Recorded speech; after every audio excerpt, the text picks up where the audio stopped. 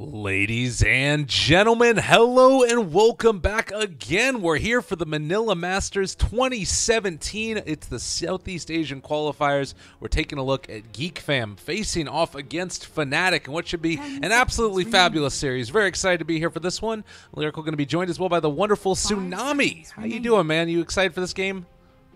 Yeah, I would be more excited. I actually got one 7.05 match under my belt a few hours ago. Okay. And initially I was pretty hype because I'd say that the patch modified most of the heroes that I was sick of seeing in competitive.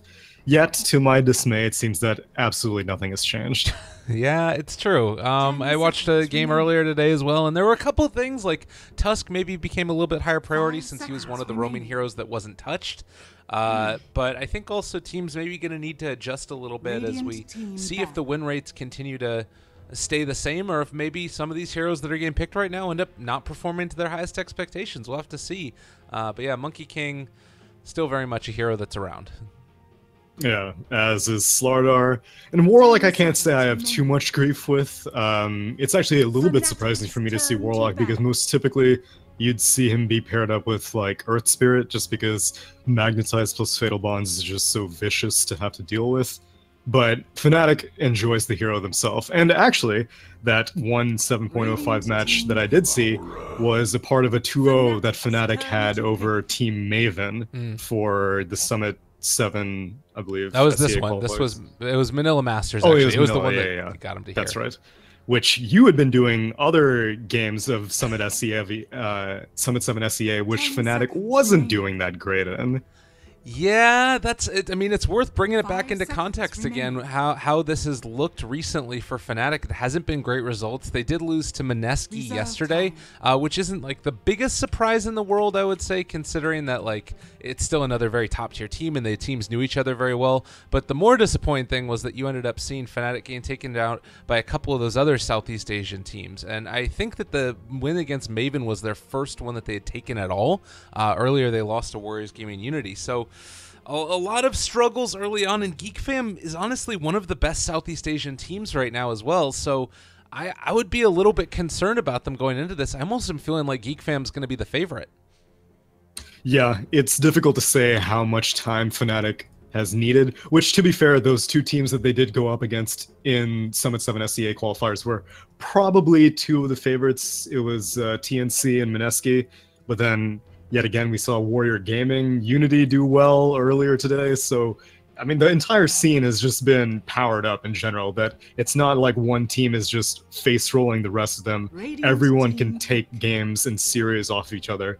And GeekFam have proven that as well, taking series off of Faceless, I believe, 2-0. And so, yeah, everyone is in contention to be able to beat each other, and it's pretty fortuitous timing that Manila Masters is coming up, which I believe gives 2 SEA slots, seeing as how it's their tournament. So it's a great time to debut what your region is capable of. Yeah, they have 6 direct invites already: EG, OG, Newbie, Secret, NP, and Invictus Gaming, and then there is also going to be the Southeast Asian qualifiers and the Philippine qualifiers. Invictus Gaming came through in the qualifier, so that's why they're in it. But yeah, it's going to be an exciting time. I'm very excited to see how it works out. The OD taken as well for GeekFam. Another quick little thing to mention is that there is some former teammates on both of these teams. Febby and QO previously did play with Velo when they were on their it wasn't the time when they ran for TI. I think that it was the Boston Major.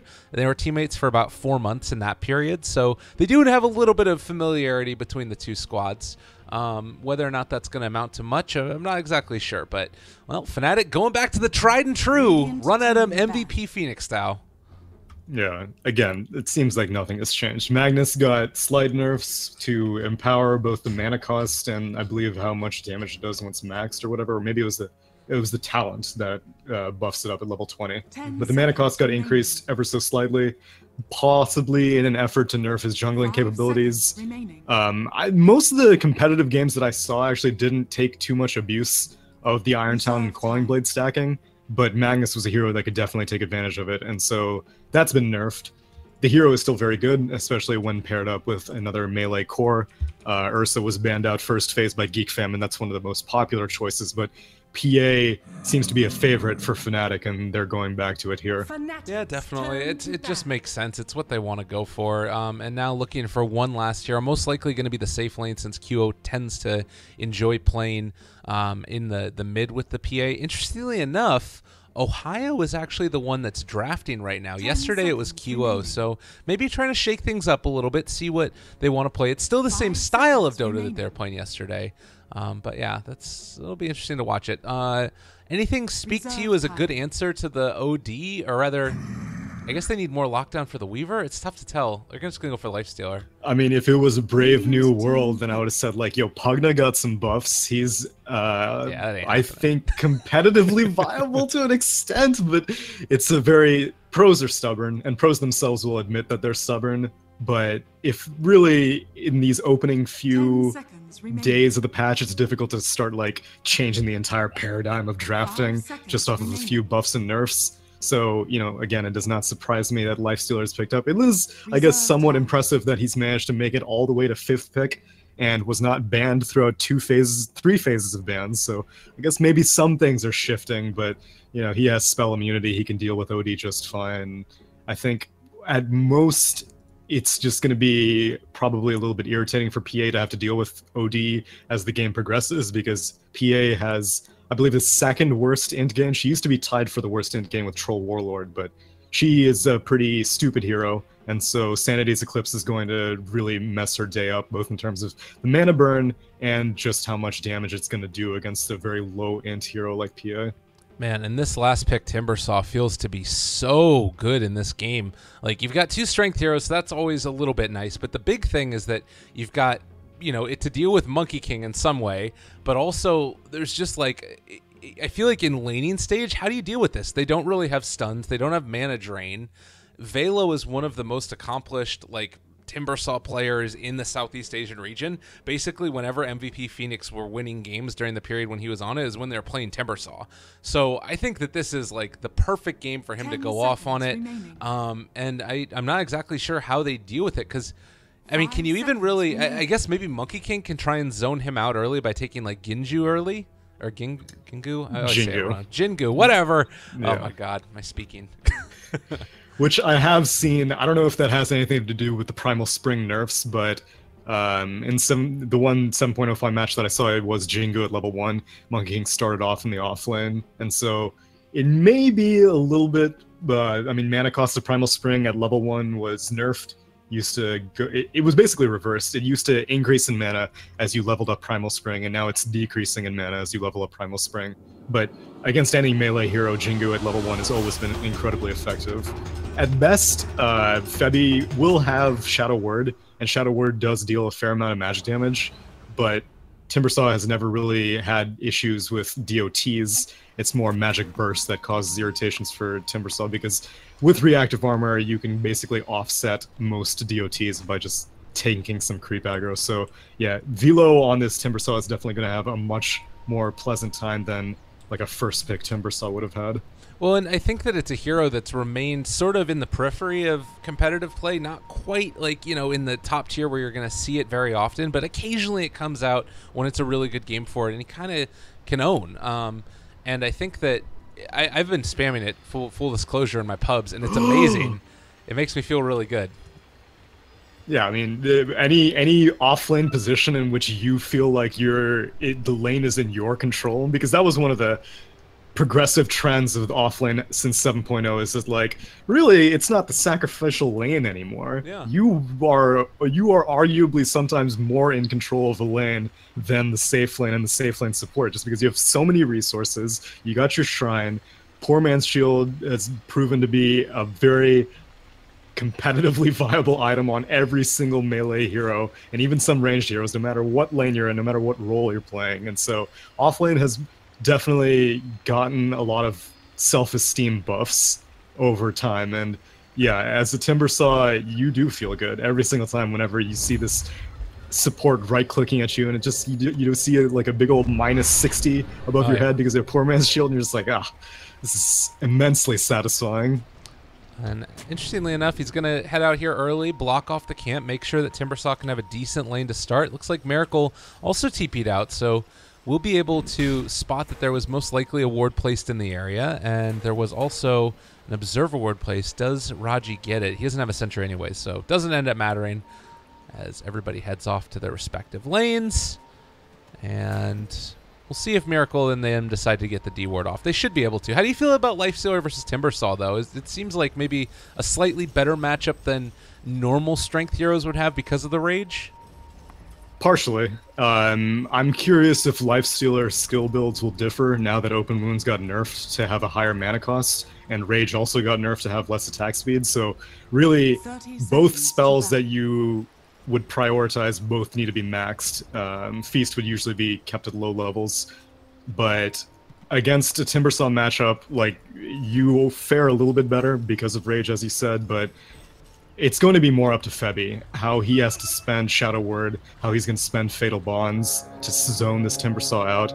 It's possibly maybe sacrificial even, as they're sending Ohio into the top lane, it looks like. Well, yeah, and you know what? Interestingly enough, I don't know if GeekFam read this or Fnatic was with the double bluff or what exactly is going on, but it's still going to be the matchup of the Timbersaw versus the Lifestealer with a couple heroes, and instead they're going to be having the aggro come out with the Venge, Weaver, and Slardar. I don't know. I still think that Velo should have a decent time in this bottom lane, right? Like, this doesn't seem like it's going to be that tough still. No, even the contribution of a Monkey King Doge is not going to be that important, because at level 1, chances are you're going to be hugging your tower anyway. Once you get maybe Chain, then you'll feel a little bit more confident. Hopefully he doesn't skill up. Okay, he skilled up Chain now. That's a bit tricky. Is going to start to get the stacks up a little bit. Raji's going to come in, finds the stun onto Miracle as well, and Velo, the Jingu is already up and rolling. Raji is going to be forced back yet again. This is feeling like a bit of a tough one already. Velo taking a lot of damage, and it's going to have to use an early salve. So the early aggression already causing some issues. Yeah, I don't think they were expecting BJ to show up, and they definitely were not expecting Jingu Mastery this early on. Having to burn through yourself, not the biggest issue, I suppose, for a Timbersaw, because he has reactive armor, and he's not going to get zoned out of this experience, so he will hit level 2.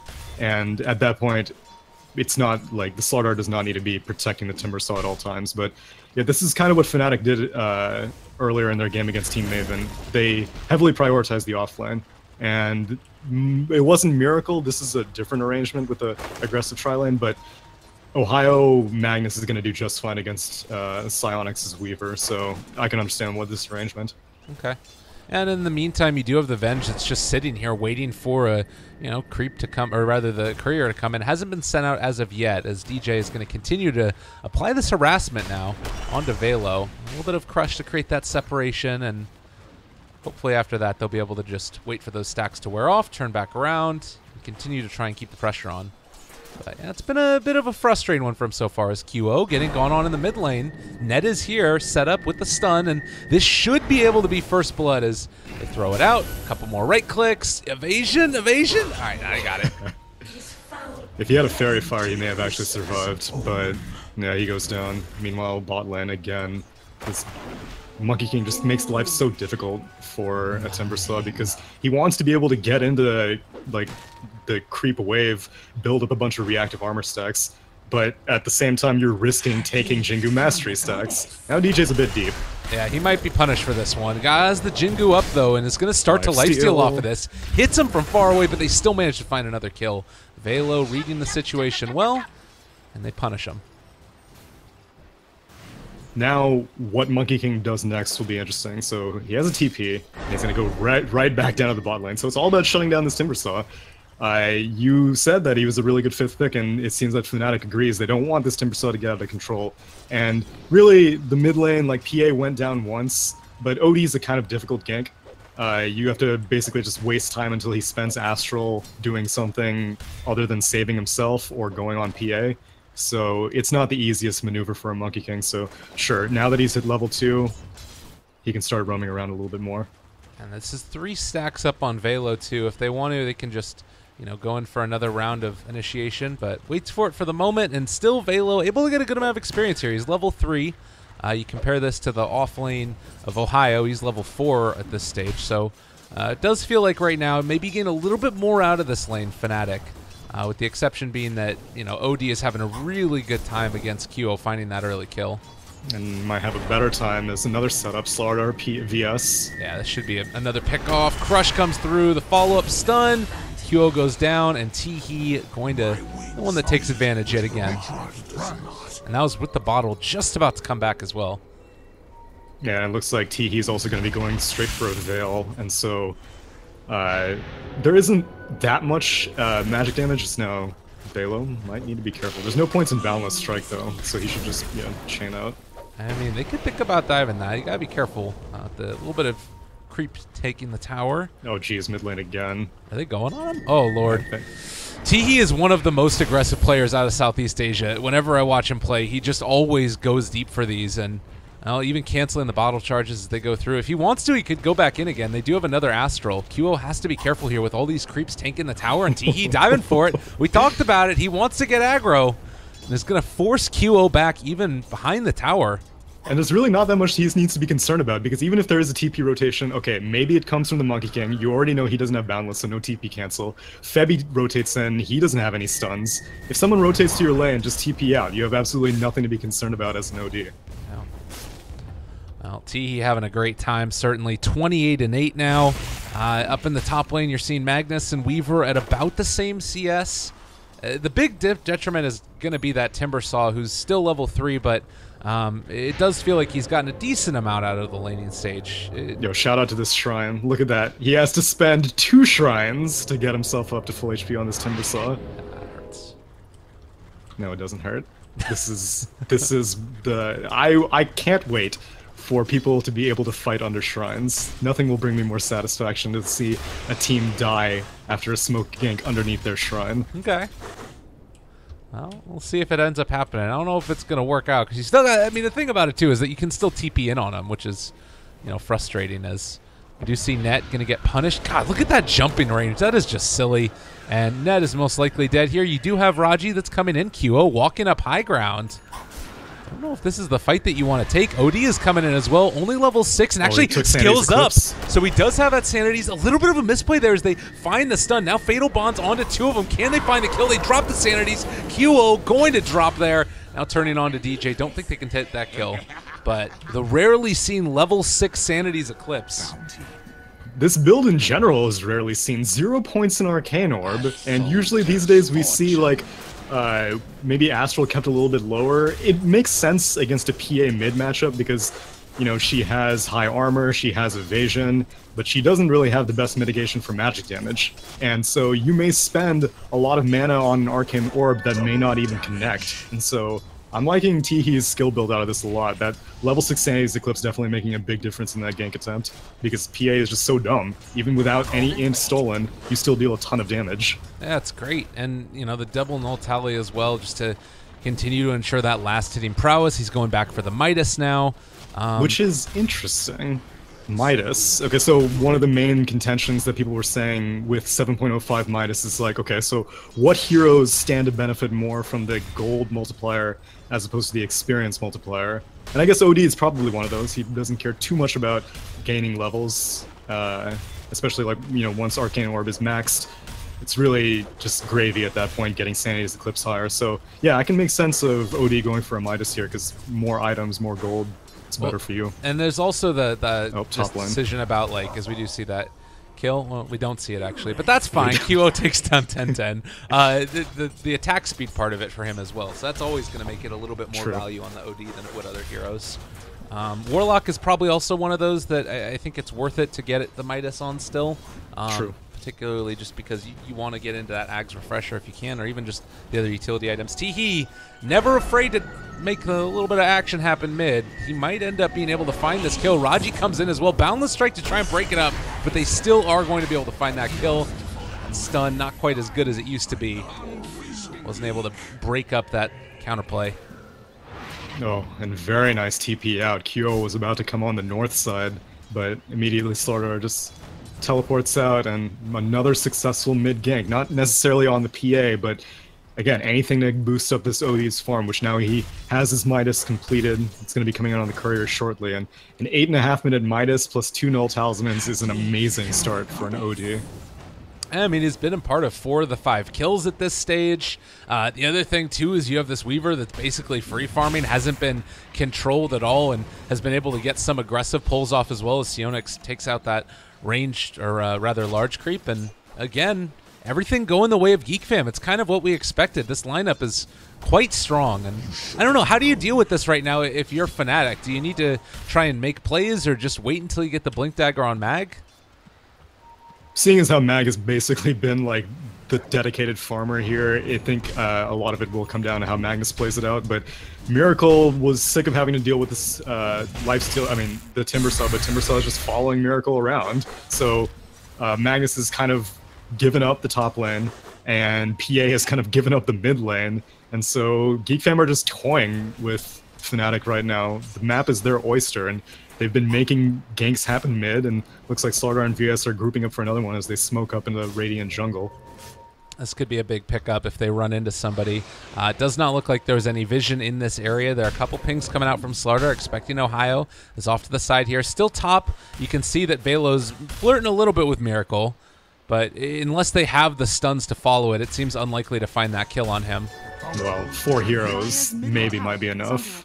Well, they're going to go for it. The jump out, just going to be able to go away. The huge amount of damage coming out. Velo thinking about turning, wants to go back in. Can he kill him off? He still has some wand charges as well. Turns back, Chakram goes, connects onto QO. This is what I was talking about. Timbersaw is still a monster. You can't sleep on him. And they're also bringing in the rest of the Radiant. They just drop the Sanity's Eclipse and dismantle PA. Oh, it's beautiful, Dota. So this is that Timbersaw you were talking about. This is why you enjoy the hero, because 4 heroes will attempt to gank you and fail miserably at it. He did so much damage in that fight, I bet, too. Oh, it didn't show the whole extent of it, but yeah. That initial Chakram and Timber Chain away, it's nuts.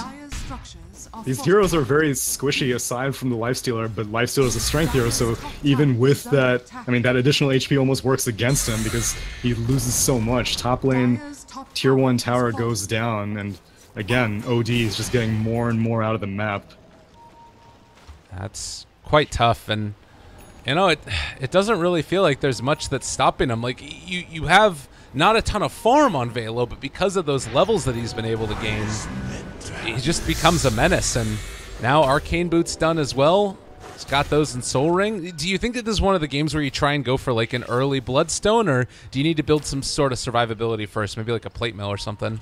No, he can definitely get away with early Bloodstone, because I think worst case scenario, Astral will save a Timbersaw most of the time, and Fnatic don't really have the kind of team that can wait around an Astral, because there is just so much, like, there's so many slippery heroes on GeekFam that you have to deal with Swap, you have to deal with Blink Crushes eventually, which Slardar is a long ways away, but it looks like he's been given the mid lane right now, so he'll be able to work on that Blink Dagger. Timbersaw is very, very slippery, and Weaver is inherently slippery, and so you can't really just sit around an Astral and wait to kill a target. You need to burst them down extremely quickly, and so I think Timbersaw going for an aggressive play with a Bloodstone, especially if they can get a kill during these ancient stacks. They want to come and contest it. They're walking in after him. Febby, not level 6 as of yet. He's level 5, so close. Oh, I don't even know if they had the tome, but Febby is going to die regardless. They don't have any way to come and contest it. Now QO also in some trouble, possibly. Miracle has shown up, but I don't know if they can take this fight. There's still Fatal Bonds onto 2. The Crush comes out. GeekFam, they're going to end up losing Raji. Velo tries to turn for more, but I think that they might have to call off the charge here, Fnatic. And, well, Ohio? He just picked up his Blink Dagger. Okay, he has it on the courier coming out. They want to fight this still. They have time. They can TP to the shrine if they need to. It looks like GeekFam are recognizing that they may have overstayed their welcome, and they don't have Sanity's Eclipse up. If they did, then they would have definitely continued fighting, but 8 seconds off cooldown, it's not worth the risk. I think this is a really good position, but they are going to go back in. You still have Magnus with Empower, with his ulti. They're up on the high ground. This would be such a huge moment if he can jump forward, catches on to 3. Oh, it's big. They also have the Shrine as well. The Boundless Strike on top of it. It's all gone wrong for GeekFam, but is it going to be enough to take down the rest of them as well? Teehee trying to run away, trying to get out of here. He's going to fall as well. The big old combo comes out from Fnatic. That's why Blink Dagger reveals are very important. You would have never imagined that GeekFam would take that fight if they knew that Ohio had that Blink Dagger ready, which in retrospect, it was they were overplaying their hand. They saw that a ward was getting countered near the Dire Ancients, and so going uphill without any vision, once you know that Fnatic has reset, is very, very risky. They felt confident with Sanity's Eclipse being enough mitigation and Timbersaw being enough of a tank that they could take the fight, but yeah, that was over-aggression, and it got punished about as well as you can expect now bot lane. Yeah, DJ is there. They're going on to Velo, though. Still a very tanky hero, and it's going to start to drop, but the Warlock Golem comes out. Velo, he's staying alive with those wand charges. 3 heroes all grouped up together. They already throw out the Sanity's Eclipse. Velo trying to do the damage, takes down one. They're going to be able to take down Miracle, possibly. Yeah, he is going to fall. Now QO as well. Miss? Bugs? Is he blink out of this? What? All right, can the Bug jump up? God. No. QO living forever. Sionic's going to chase this one, certainly, as he does still have the jump away. Febby running. Miss? The right click. Is he gonna miss? Miss, no, it's not going to be there. Oh, but that smoke was almost sick, actually. If it was just like a millisecond earlier, it may have worked. It was a good try, but it ends up being Fnatic maybe overextending slightly too much, though they did manage to kill off the Slardar before Blink Dagger. It's something. Even though neither of these teams are like, I guess, typical team fight lineups, you see how heavily reliant they are on their ultimates. And so RP was down, they just could not do anything during that fight. They were just getting kited all to hell. Lifestealer couldn't even finish off this Timbersaw, who was getting pretty low, but once the VS and the Slardar showed up, there was just too many units for Lifestealer to have to be concerned about. And then Sanity's Eclipse was also not up for that fight, but now Teehee has completed a Rod of Atos, which he went for instead of the Veil. I mean, you don't really necessarily see double null tally converted into a Veil immediately. It's just really good early stats, and so Rod of Atos is going to make life even more unpleasant for this PA, who pretty much is just like banking on RNG at this point. Yeah. And it's feeling like, again, you have this moment where Fnatic take good fights, but it's off the back of a Blink reveal, and now the status quo has sort of been reset, and it's GeekFam building a lead again. And I think that there's still definitely possibilities for Fnatic to take these fights. It just has to be a really good initiation off the back of a Magnus RP, or, I don't know, even just blowing somebody up with a crit. Yeah, or Warlock Golem. Something definitely needs to come in with initiation, and wisely GeekFam are not going to defend this tier 1 bot. Might start moving in on this tier 1 mid for Dire, which is pretty low, and that's a pretty good trade if you're GeekFam. Actually, that's a great trade if you're GeekFam. And you can see Velo just doing the deforestation. It's his time to shine right now. I guess that's something else that we can talk about, is that the only way that Fnatic have, the only stuns that they have, with the exception of Boundless Strike, is ultimates, which is kind of troubling, you know? Like, Skewer is kind of one, but not really. What's your read on that? Is that going to be a problem as this game goes on? For initiating purposes, I think they're okay. The biggest problem was just during the laning phase, which is why you saw that OD playing so aggressively. Most of the time, you don't really have, like, reliable enough stuns that you can discourage a Timbersaw. Like, even if you have a team, unless if you have like a Lion and a Shadow Shaman on your team or something, Timbersaw will play aggressively. He's not going to really change his playstyle dependent on how many stuns they're going to be, because he's tanky enough with reactive armor. His team is going to be following up behind him, so if you have to spend a bunch of your crowd control on one hero, then the other heroes are going to be a problem. So I think their team is fine moving forward as long as Fnatic are going to be 5-manning, which, given their team, there's really no reason not to 5-man. I think that that's definitely going to be the play, and you can see here it's still scary because if Velo is the one that's walking out front and center, you don't want to initiate on this big bulky Timbersaw, and even though they see him here, it's still like a hard ask to commit everybody to try and kill him off. But Raji, in the meantime, it's need to back out. He has his Blink Dagger available. It's going to be able to jump out of there. Yeah, he saw the Monkey King hopping over, but even though Fnatic are 5-manning, it goes to their advantage in terms of team fight, but in terms of farming, this is not working at all. Lifestealer actually had to emerge out of the Magnus, and so Infest is up again. And looks like GeekFam want to defend this. Velo, he doesn't have a ton of... All right, he has the reactive armor stacks up now, and it looks like they can't really do anything yet again. With Slardar there for the counter initiation, it's quite hard to take this fight. And no one can easily frontline, because Lifestealer doesn't want to have a frontline. He wants to be hiding in Magnus, ready to immediately follow up. QO is way too squishy to be able to frontline. You can't just rely on one point in Blur to tank a bunch of tower aggro, especially when Timbersaw... Oh, man. Timbersaw is just like tossing out chains and chakrams all over the place, so... Oh, my crush? Oh! No. Oh, my crush. Not quite there, unfortunately. It was close. I think Fnatic realized, all right, it's time to bail. We need to get the hell out of here. And maybe the play is just, you know, you put your Empower on your cores, you let them farm, you don't necessarily try and take fights, and wait for that next timing, which is, you know, maybe the basher up on PA after the BKB or something like that. It's really hard to take fights otherwise. Well, they would wish they could take this fight. Such an early Desolator, while the rest of Fnatic was, you know, trying to get kills up top. Weaver was just quietly farming. Finishes up Desolator, and between that, Wave, whatever, what is Wave of Terror and Corrosive Haze, that's so much minus armor that you can easily take Roche at 20 minutes like that. Now, Ancients... They are passing by right now. Dire scanning, trying to find somebody, but the rest of GeekFam is up near the tier 2 tower. We'll see if they try and go for maybe another smoke play or something, but it looks like they're just going to take out these Ancients and then head up towards the north. Currently, GeekFam do not have vision of this. Ohio wants to pop in, though, and go on somebody. Now that it's nighttime, GeekFam might need to be a little bit more careful. But you can kind of send Velo Timbersaw as a decoy like this. Like, he's in the most vulnerable position right now, but that's okay, because he's Timbersaw. So, right now, he's moving around very dangerously, and still, really, no one on Fnatic has shown themselves, and a tier 2 tower top is, again, a really good trade for GeekFam for a tier 1 mid. Yeah, that's great. Wonderful, and you have to sit all 5 heroes by this. There's a lot of armor build-up on the tower as well. Can see, and it looks like with that tower going down, you're also going to be able to get one on GeekFam, and if Weaver wants to, he can sit up top and force a rotation back, even maybe do a little bit of chip damage onto tier 3.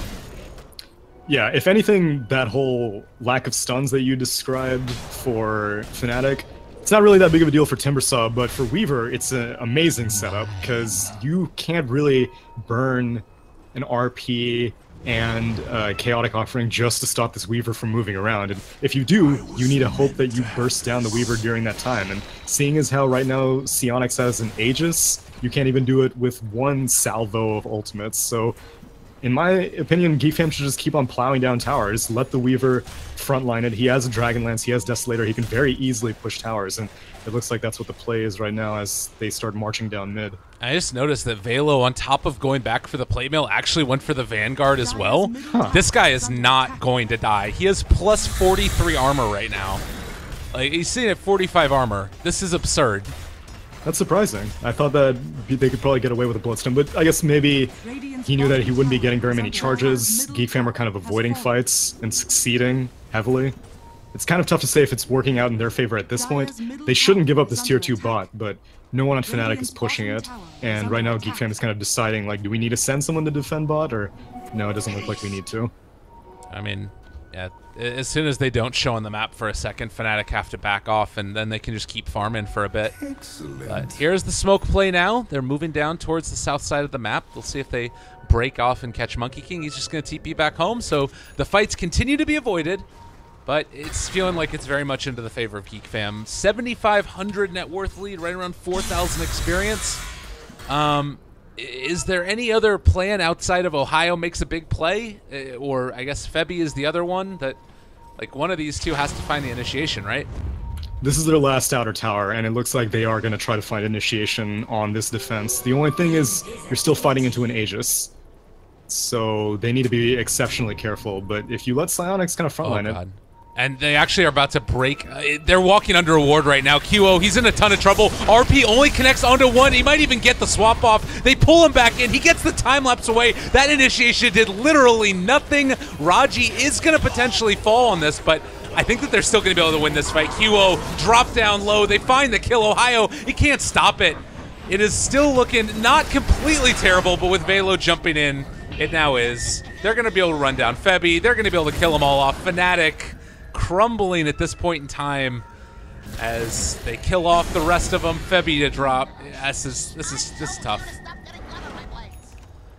It was the initiation that GeekFam was basically hoping for. The fact that Weaver was actually able to get the time-lapse off was, I mean, it was almost irrelevant because he didn't even spend his Aegis, and Aegis is going to time out in about like 30 seconds, and so you can see that they spend so many resources on just one hero, and PA popped that brand new BKB, OD was barely into the fight, Timbersaw was barely into the fight, and yet they still couldn't kill a Weaver and a VS. Well, I mean, they killed the VS, but they couldn't kill off the Weaver with just those two heroes in the fight, and now they're going up high ground. Sonic still has this Aegis for about like 20 more seconds, so we'll see if it gets spent, but really it doesn't matter if they get this tier 3 anyway. And they just have to avoid Velo here too. Like, they can't attack him. He's got so much armor, and if you try and jump on this guy, you're not going to kill him off. He has Crimson Guard. Velo does not give a damn. That's the message for today. Maybe if you put Fatal Bonds on him, there's a possibility there, but now throwing the upheaval down, they're slowing up a little bit more. They just back out after taking the tier 3 tower. It's Shrine time. Oh, it's Shrine time, alright. RP is down for another 20 seconds. Chaotic Offering is down for another minute. If Aegis didn't go down, they would have probably continued pursuing maybe a Ranger Axe, but there's no reason to go really aggressive. Like, OD still has like an immense amount of room to grow. They are 10k net worth up right now in GeekFam, and OD has a Blink Dagger and a Rod of Atos. He still has a lot more he can offer in team fights, especially since PA has been basically railroaded into building like a first, maybe, I guess technically second item BKB. That BKB is going to be whittling down, and GeekFam are okay just toying with that BKB duration as the game progresses.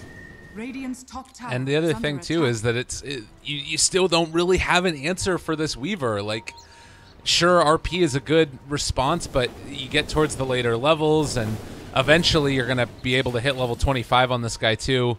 It seems so difficult to find those initiations. Granted, you still have a lot of heroes that scale well, and if they do find that one initiation, it will look beautiful. But it's starting to feel more and more like this game is going to be going the way of GeekFam unless something changes quickly. Yeah, the Fnatic lineup is very all or nothing right now, and it's difficult to say if they've been forced into this or if the draft was just like this from the beginning, because their laning phase didn't go that well. And ideally, you had this Lifestealer and this Magnus kind of roaming around Slardar Magnus style, I mean Slardar Lifestealer style or Centaur Lifestealer style, where they're getting picks on valuable targets like the OD, like the Timbersaw, and the PA is just farming in the meantime, getting bigger and bigger, not having to build first item BKB. But GeekFam has just been 5-manning so soon that Fnatic has no choice but to also 5-man. And as a result, none of their heroes are really accelerating and farm very much. Yeah. And it's so interesting to me too, because it feels like the Timbersaw in a lot of ways has been the perfect pick for GeekFam as far as what they wanted to get online. And like, again, QO and Febby were teammates with Velo for 4 months, I want to say, pretty recently, and this is like all he played. So I don't know if it just slipped through their minds or what exactly was going on there, but I don't know. Regardless, it seems like it's been a good answer, and now they got to farm their way back into this game, hold high ground, make the plays. Next Aegis is going to be up shortly, though, and I mean, can Fnatic come and contest Roshan? Oh, they can definitely contest Roshan. It helps significantly the fact that their shrine has been killed. Or, well, it hurts them, but it helps GeekFam significantly. It's going to be a very late Rosh, though, so that also helps Fnatic out, so they'll have time to burn. The only problem is they don't really know that it's going to be a late Rosh, and so they have to farm in this region, because they don't know when it's going to respawn, but they need to take a fight whenever it does respawn. Mm-hmm. And GeekFam, I mean, they can do whatever they want right now. The map is entirely under their control. If they can find Slardar, that would be nice. If they can find VS, that would... Oh my god, that's a DDQO. Now, that'll happen. If only Roche was up now, but it's not. That would have been... You're going to need like 3 more of those VS kills. That was like the perfect timing, too, if they could have gotten it, but... No. I guess it actually was not the perfect timing. Regardless, Raji also has a Force Staff, so a couple defensive items to help out when these things do come around. Also, we did have the Lotus Orb picked up for the Timbersaw, so that on top of Crimson Guards means that he is now sitting at 51 armor when he has full reactive. And still no Bloodstone. Just wants to get tanky. Yeah. I mean, I guess with Essence Aura, you don't really need to be too concerned with mana. And seeing as how Velo isn't really, like, spending time away from the OD, most of the time between, like, spamming Chakram, spamming Timber Chain, you're bound to get some procs on Essence Aura here and there. And so, I can understand it. Going for the Lotus Orb this early is interesting to me. There isn't really that much that he's concerned about purging. Like, there are no silences or anything, and usually those are the contexts in which you'll see a very early Lotus Orb. Right. But yeah, he gives the armor, as he said, helps for high ground pushes if they ever get to start sieging again, which it seems like both teams are just concerned with the next Aegis respawn, which makes sense. The dream is the Blink Strike. And then QO Blink Strikes himself. Oh, man. Yeah. Max attack speed Timbersaw? Dear God. No one man should have all that power. Especially if he has the Chakram out. Oh my gosh. Can you imagine it would the be amount amazing. of right clicks? Yeah.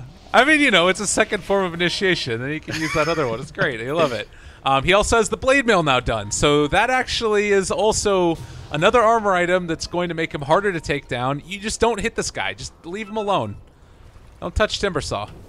Yeah, except unlike Centaurs and Pudges and other heroes who typically build Blade Mail that are like just big meat shields, Timbersaw is a meat shield that also hurts a lot. And so you have to do something about him. Ideally it is, yes, something like silences or stuns, but... Ohio! All right, they don't know that he's there. They're still running through him. The Blink Dagger is disabled. He can go for a counterplay here, but everybody's so spread out from GeekFam that they don't really want to go on him as of yet. QO jumps forward. They get the RP again, only onto one. The counterplay comes out. They do not eliminate the Weaver. He's going to be able to get the time up stop. Roger is going to die. There's the Sionix staying alive. Velo trying to kill these guys off, just chasing around everybody. They've lost the VS and the Slaughter, but the bash from Monkey King stops the chains from going out any further. There's the Sanity's Eclipse. Teehee hitting hard. They're just going to run him down. DJ in trouble. Is soon to drop as well. Although Febby hops back in. I mean, he's already used the Golem, though. It doesn't freaking matter. 4 dead. DJ trying to run away. But, yeah, GeekFam, they're taking this one. It's over. Ooh. Wait, really? Sick! Okay. That was pretty well played. But, I mean, it's like consolation prize at best. But for some reason, GeekFam like keep taking fights without the OD like being ready, which I guess it didn't really matter as they ended up winning the fight anyway. They gave up more than they needed to, which the VS did die very early on in the fight, which maybe is tactical so they can get like that negative vengeance or I don't know, whatever. They're gonna take this Roche, I mean they're gonna take this Rax and they're gonna go for Roche shortly after, and seeing as how RP has been spent, Chaotic Offering has been spent, they have no fear whatsoever going for it once Weaver gets up. Yeah. Well, that one kill definitely helps them a little bit, but it is still rising towards a 15,000 net worth lead, right around 8,000 experience as well. Shadowblade Magnus, there were points where it looked like it could be pretty, but we just haven't seen the... I mean, this is the problem, right? Like, if your draft relies upon you hitting 4-man RPs to win a fight, maybe the draft is not the best in the world either. All right, this is the ultimate test. Look at this. You've got 4 heroes up here on the high ground, and they don't want to touch Velo. They're just going to let him farm. I'll leave them all in my way. Oh my god, this Timbersaw. He really doesn't care. He really just does not give a damn. And hasn't even popped the Blade Mail yet. There's a dagger thrown back. Raji jumps forward, that's the catch. RP onto 2. Is it going to be enough, though? They swap out 1. Sionic's going to live through it. The Skewer not doing enough. QO going to fall as well. Ohio's gone down. Another one going the direction of GeekFam as RP used again to no avail. I don't know, though. They RP'd the Courier, and they got the Courier killed on Radiant. That's something, right? Again, they're going to completely ignore the Roche. They know RP has yet again been spent. Chaotic Offering was on cooldown, so technically Febby has it in 15 seconds for this next fight, if there is a next fight. I mean, and it goes to show, like, normally this is a hero that you want to be able to eliminate relatively early on, but Velu is just too hard to bring down. Like, this build of just max armor against everything that Fnatic is throwing has been perfect answer. Definitely a very choice 5th pick, and I don't think it's necessarily respect ban worthy as they call GG. I think it's more like, oh crap, we totally forgot that could be a 5th big thing. And by golly, it worked out well for GeekFam. But Fnatic are going to be aware of that, especially as you said, with having ex-teammates on the enemy team. That's a shock to the system that you're like, oh god, I totally forgot about how terrifying that was. I wish that there was a stat for like damage taken and to see like what it is relative, because it feels like it would not be very much. But a great display certainly from GeekFam. Fnatic are going to drop 1 game. Of course, this is the upper bracket of the Manila Masters qualifiers for Southeast Asia. So even if you do see Fnatic lose a game here, it doesn't necessarily mean that they're out. We still have a best of 3 to finish off. Tsunami said you didn't think that it was respect ban worthy. I would definitely agree with you there. What do you think you would change about the draft for either team? Probably Fnatic are the ones that need to make the biggest adjustments, right? I think Fnatic has typically, like you said, that it's very ex-MVP where they're just running at you, and Fnatic just was not able to do that. Like, their heroes look like they're capable of it, but they just don't come online soon enough to actually pull it off, especially against a team that was so defensively drafted as GeekFam. And so if they want to go for that strategy, they need to ban better heroes. And I guess you need to also have some insurance plans if your strategy doesn't come to fruition. Yeah, well, that's going to do it here. We're going to pop into game number 2 in just a few minutes. Again, Manila Masters qualifiers for the Southeast Asian region. GeekFam versus Fnatic. A battle of the giants in this region. We'll be back in a little bit with game number 2. See you guys then.